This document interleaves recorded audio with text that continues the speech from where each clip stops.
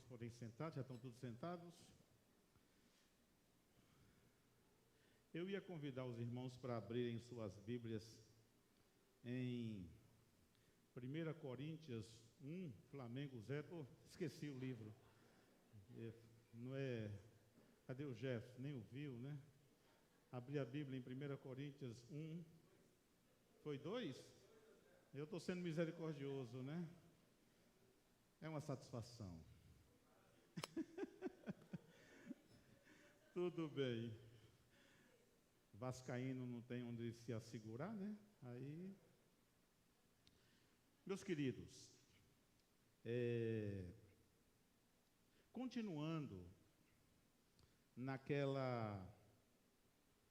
há 2 semanas atrás eu mencionei que a gente estaria trazendo aqui uma série, né? Que é Andando e Aprendendo com Jesus.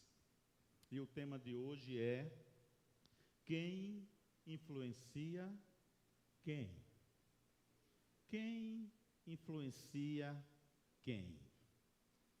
E há um texto bíblico que a gente vai fazer a leitura dele agora e eu queria projetar para você acompanhar. Pouco tempo depois, Jesus foi para uma cidade chamada Naim. Os seus discípulos e uma grande multidão foram com ele. Quando ele estava chegando perto do portão da cidade, ia saindo um enterro. O defunto era filho único de uma viúva, e uma grande multidão da cidade ia com ele. Quando o Senhor a viu, teve grande compaixão dela e disse: não chore. Então ele chegou mais perto e tocou no caixão, e os que o estavam carregando pararam. Então Jesus disse: moço, eu te ordeno a você, levante-se. O moço sentou-se no caixão e começou a falar, e Jesus o entregou à sua mãe. Todos ficaram tomados de temor e louvavam a Deus, dizendo: que grande profeta apareceu entre nós! Deus veio salvar o seu povo. Essas notícias se espalharam por todo o país e pelas regiões vizinhas. Quando a gente está utilizando esse tema, andando e aprendendo com Jesus, porque isso precisa ser muito óbvio. Não tem como andar com Jesus e não aprender com Ele. Então, cada jornada de Jesus, cada passo que Jesus dava, cada momento que acontecia no ministério de Jesus e que os discípulos estavam lá com Ele andando, eles estavam aprendendo. É estranho, não tem sentido andar e não aprender, né? Então, estamos nessa jornada andando e aprendendo com Jesus. E quanto demora isso, pastor? Por quanto tempo eu preciso andar ao ponto de dizer: olha, já sei o suficiente? Não tem prazo de validade. A gente anda com Jesus durante toda a nossa existência. E vamos andar com Jesus ou estar com Ele na eternidade, onde vamos aprender muitas e muitas coisas que a gente não tem a menor ideia do que seja, mas são coisas extraordinárias. Mas, pensando no tema de hoje, quem influencia quem, eu gostaria de dizer o seguinte: confrontos geralmente são desgastantes. Você concorda comigo? Geralmente são desgastantes. Os confrontos têm a capacidade de romper relacionamentos, ferir profundamente pessoas, deixar pelo caminho, às vezes, rastros de destruição e até pedaços de vida.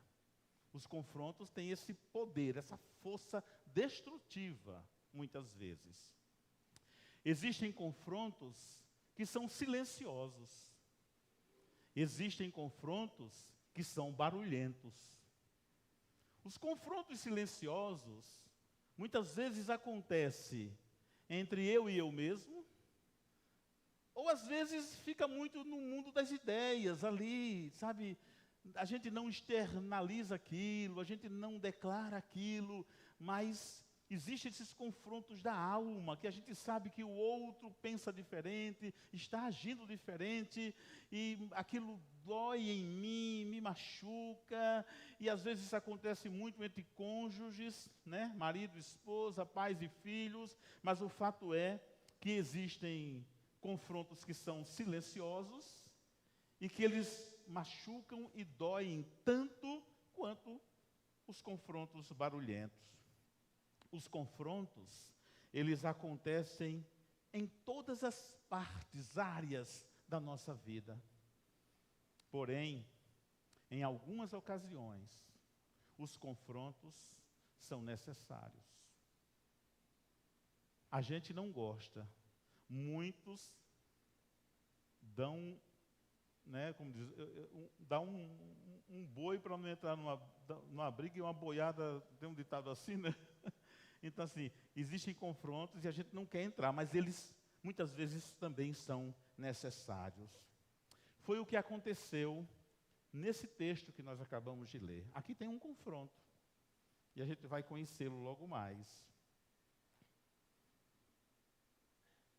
Primeiramente, aqui nesse caso de Jesus, que ressuscitou o filho da viúva, primeiro aconteceu um encontro, ok? Aconteceu um encontro.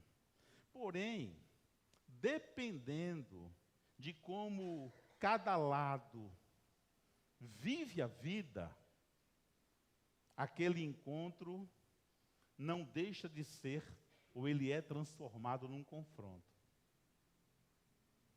Confronto de valores, ideias, crenças, hábitos, temperamentos. Os confrontos existem. O texto que nós acabamos de ler, ele narra exatamente isso. Um encontro que traz consigo um confronto. Tem encontros que não geram confrontos, mas nesse caso, houve um confronto que resultou deste encontro.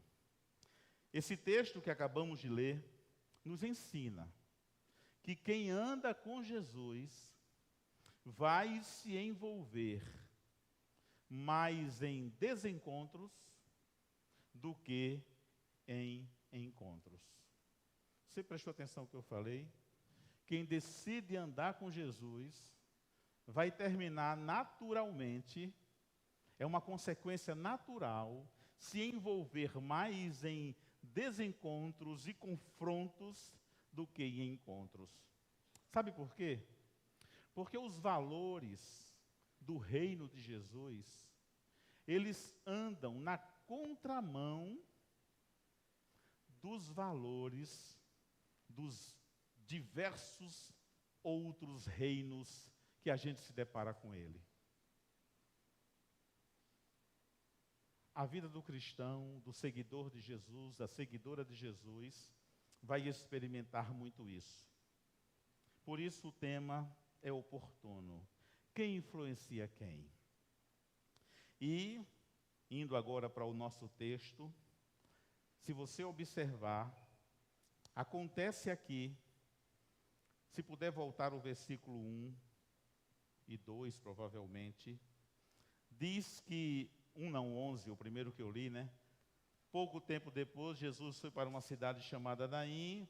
O seguinte, quando ele estava chegando perto do portão da cidade, ia saindo o enterro. O defunto era filho de uma viúva, e o que é que diz? Uma grande multidão. Uma grande multidão. Vejam comigo o versículo 13. Quando o Senhor teve, volta para o 1, o 11. Os seus discípulos e uma grande multidão foram com ele. E o 13 fala de uma grande multidão que está saindo da cidade com a mulher. Deu para perceber isso? É uma grande multidão que vai com Jesus, entrando na cidade, e tem uma grande multidão que vai com a viúva, saindo da cidade. Aí há um encontro, né? É o que vamos projetar agora. A grande multidão da esperança versus a grande multidão da desesperança. São duas multidões. Se encontraram. Mas ali vai acontecer um confronto. Um confronto de valores, de crenças, de perspectivas. Mas o confronto maior que vai existir aqui é o confronto entre a vida e a morte. Entre a esperança e a desesperança. O versículo 11, como já foi projetado, ele diz: logo depois foi Jesus a uma cidade chamada Naim, e com ele iam muitos dos seus discípulos e uma grande multidão. E o versículo 12 fala: quando chegou perto da porta da cidade, levaram um defunto, filho único de sua mãe, que era viúva, e com ela ia uma grande multidão. A multidão que seguia Jesus não seguia um líder qualquer. Não estavam seguindo um libertário político do jugo do Império Romano naqueles dias. Eles seguiam, aquela multidão seguia o Senhor da vida. A multidão que seguia a mulher, a viúva, seguia um morto. Olha que paradoxo. Uma multidão segue o Senhor da vida, a outra multidão está seguindo um morto. A multidão de Jesus representa a vida, a multidão da viúva representa a morte. A multidão de Jesus caminha nos trilhos da esperança de que muitas promessas boas e positivas podem acontecer, como lemos em Efésios, pois Ele é poderoso para fazer infinitamente mais. A multidão da viúva caminha pela estrada da desesperança, pois nada resta a uma mulher viúva que perde o seu único filho, senão enterrá-lo e partir, e a partir de então ela vai depender de ajudas, depender de esmolas, ou depender do apoio das sinagogas e do templo para sobreviver. Uma pergunta importante nesse momento é: quem influencia quem? Quem influencia quem? No caso aqui da nossa história, a multidão de Jesus tem uma influência positiva, uma influência transformadora sobre a multidão que saía da cidade de Naim. Você concorda com isso? A multidão de Jesus, ela influencia a multidão da morte. A multidão de Jesus, liderada por Ele, o Senhor da vida, tem cheiro de vida. A multidão da viúva, liderada pela mãe que sofria, pelos amigos, ela tem cheiro de morte. Nesse confronto, como sempre, Jesus levou a melhor. E nós? E nós que estamos aqui nessa noite, nos nossos confrontos, como estamos nos saindo? Como estamos nos saindo nos nossos confrontos? Nós cremos que fazemos parte da multidão de Jesus. Concordamos com isso? Amém? Nós fazemos parte da multidão que anda com Jesus. Não é verdade? Se você ainda não faz parte dessa multidão, hoje o Senhor da vida está passando por aqui e dizendo para você,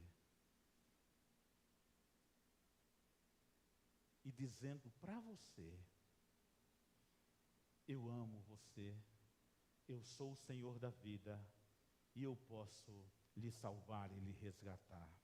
Eu posso ressuscitar a sua vida, porque tem muita gente que está vivo, vivendo como morto.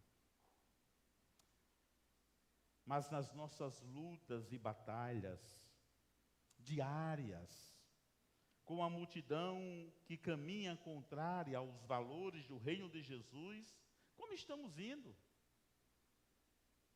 Todos os dias nós nos deparamos com os valores dessa multidão que anda sem Jesus. Como estamos nos saindo? Nós somos influenciados ou somos influenciadores? Nós influenciamos ou estamos sendo influenciados? Quem influencia quem?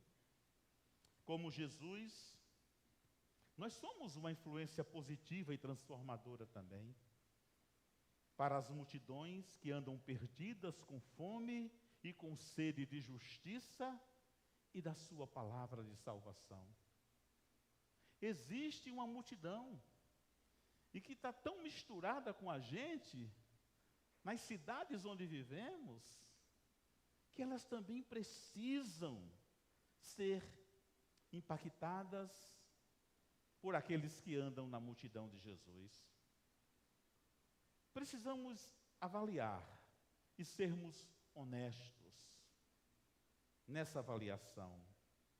Será que as janelas do meu corpo, que são os meus olhos, os meus ouvidos, estão sendo contaminadas dia a dia com tudo aquilo que não é permitido eu ver e ouvir?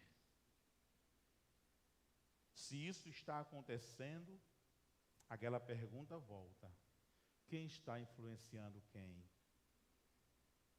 Nós só teremos a capacidade de influenciar pessoas, influenciar causas, influenciar situações, quando nós estamos cheios de alguma coisa ou vazio de alguma coisa. Não existe vida cristã neutra.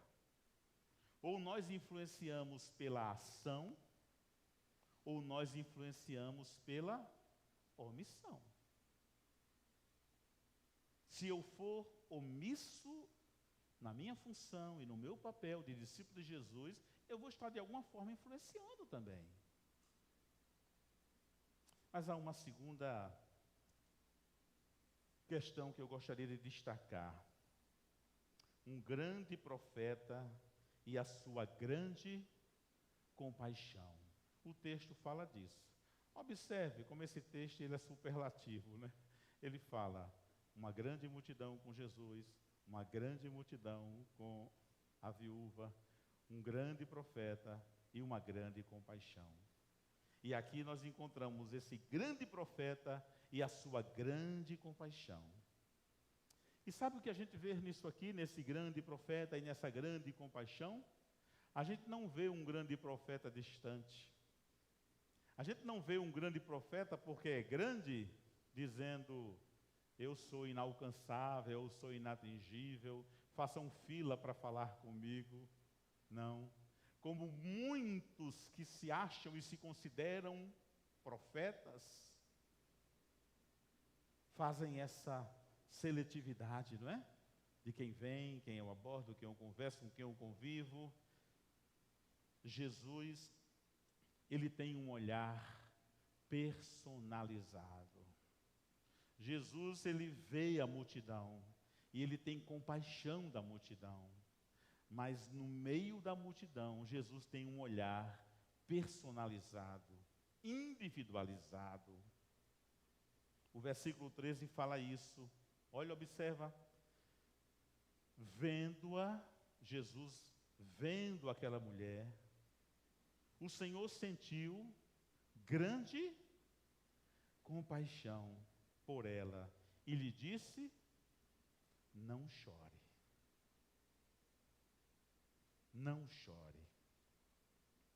Interessante que Jesus não tem aqui nenhuma atitude de reprovação ou de condenação para essa multidão e especificamente para essa mãe.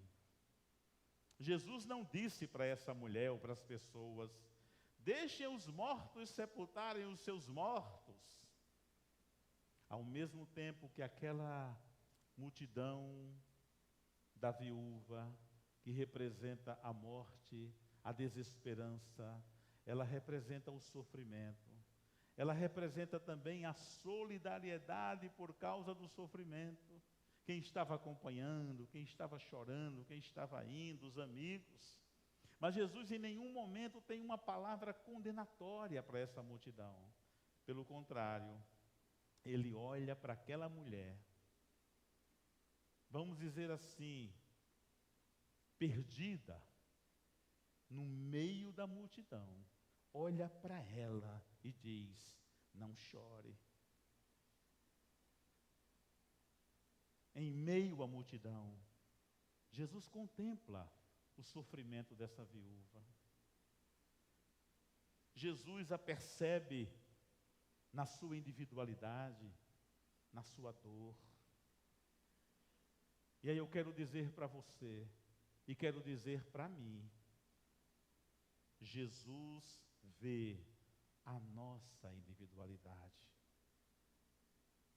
Jesus me percebe com clareza, como nenhum outro olhar, no meio da multidão.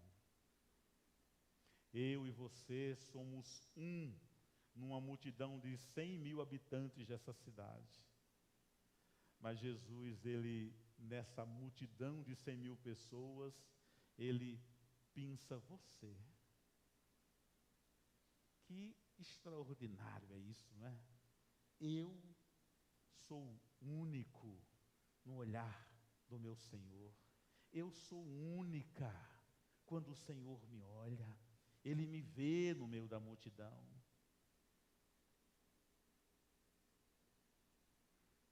Que linda característica é essa do nosso mestre. Você concorda? Que coisa fantástica. Ele nos vê individualmente, mesmo que estejamos perdidos no meio de uma multidão. Jesus diz exatamente para você nessa noite aquilo que ele disse para a mulher: não chore. Não chore. E às vezes nem tem lágrimas, mas tem dor e sofrimento. Às vezes nem tem lágrimas, mas tem uma alma que está abatida, entristecida, angustiada. Aquele choro silencioso pelo filho, pelo marido, pela filha, pelo neto, pelo pai, pela mãe. Aquele choro que não precisa derramar lágrimas, mas na presença de Deus, a alma chora. E para você, Jesus está dizendo exatamente isso hoje. Acredite, não chore. O choro da viúva tem uma causa: a morte do seu único filho. Não é um choro ilegítimo ou injustificável, mas nas mãos de Jesus, aquilo que provoca choro e tristeza tem a possibilidade de se transformar em alegria. Imagine o coração da viúva de Naim. O filho levanta, acho que metade da multidão correu assustada, a outra metade ficou ali e abraçou aquela mulher. A alegria dela tornou-se a alegria de todos. Porque em Jesus isso é possível. O choro pode durar uma noite. Aí agora eu vou perguntar para esse monte de gente que cresceu na igreja: o choro pode durar uma noite, mas... Você acredita nisso? Amém. E pode ser que a alegria chegue amanhã, na segunda-feira.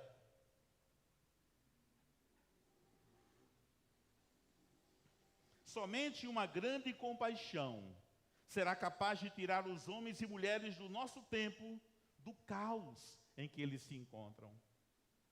Por isso, como aprendemos de manhã sobre o Sermão do Monte, precisamos ser cheios de compaixão e de misericórdia, como o Pai Celestial é. O que vai nos identificar como filhos de Deus, ligados à videira verdadeira, vai ser o tamanho e a intensidade da compaixão que circula nas nossas veias e no nosso coração. Felizmente, ali, naquele triste dia de choro, sentimento de perda, angústia na alma, a grande multidão da viúva tem a seguinte percepção. E é o versículo 16 que diz: de todos se apoderou o temor, glorificavam a Deus dizendo, um grande profeta se levantou entre nós e Deus visitou o seu povo. As pessoas viram isso, as pessoas perceberam isso. Jesus é grande o suficiente para ser maior do que o nosso maior problema. Amém? Deus visitou aquela situação de tamanha desesperança. Na agenda de Jesus estava definido passar pela cidade de Naim naquele dia. Porém, Jesus não teve em sua agenda, ele pessoalmente, a oportunidade de passar fisicamente em todas as cidades, em todas as vilas e em todos os povoados. Não foi possível. Certamente aconteceram muitos outros sepultamentos, crises, enfermidades, decepções, possessões em lugares que Jesus não pôde estar.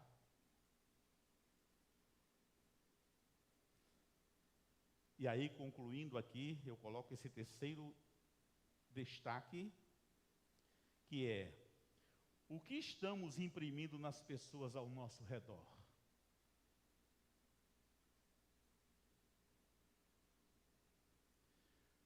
O que eu estou passando para as pessoas que estão ao meu redor?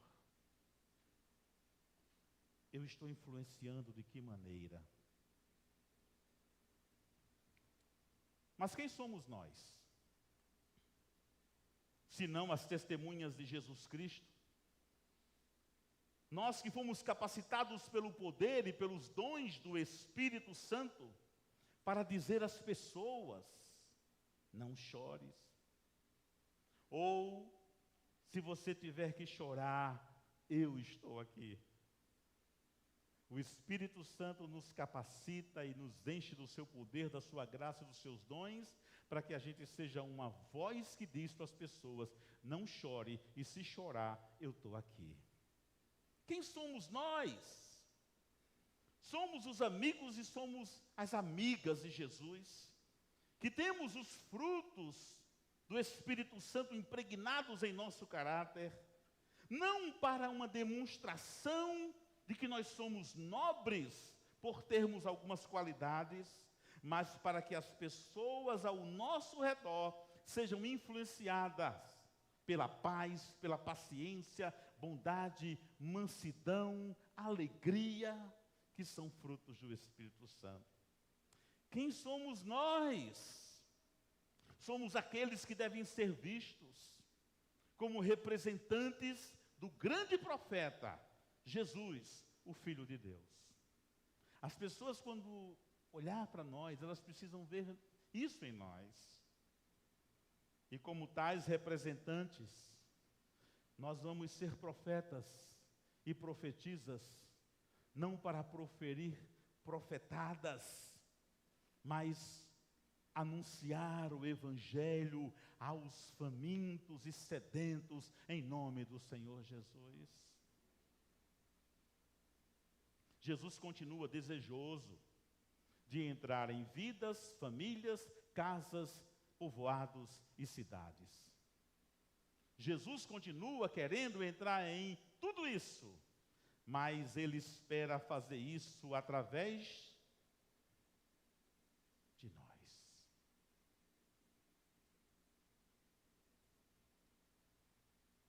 Que fazemos parte da grande multidão de Jesus.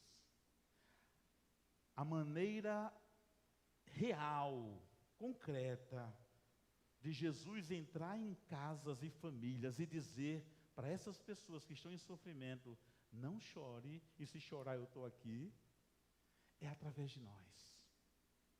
É através da minha vida e da sua vida. Para que famílias dessa cidade possam dizer: Deus visitou o Campo Mourão e se levantou nesta cidade uma comunidade de fé que fala em nome do grande profeta Jesus de Nazaré. Deus visitou a minha família e levantou na minha casa profetas e profetisas que estão alinhados com o grande profeta, que tem grande compaixão para restaurar vidas dessa cidade. Eu quero convidar o Ministério de Louvor